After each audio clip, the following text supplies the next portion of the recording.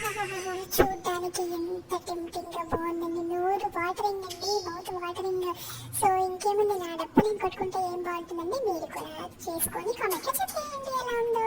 ఇంకేముంది, ఫైనల్లీ దాన్ని మంచిగా ఒక సర్వింగ్ బౌల్ లో సర్వ్ చేసేసుకున్నాము.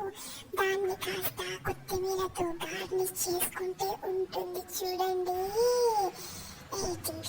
దీన్ని చూడగానే నాకు పాట గుర్తొస్తుంది, మరి పాడేయాలా? ఎంత అందంగా ఉన్నావే ఎవరిమీక, నాలో అలజడి రేపింది నీ తలకాయ, నా కన్నుల్లో నా నీ తలకాయ కన్నా ఎంతో అపురూపం అనిపించే నన్ను తిన్నప్పల్లా, నీ తలకాయ ఎంతో అద్భుతము.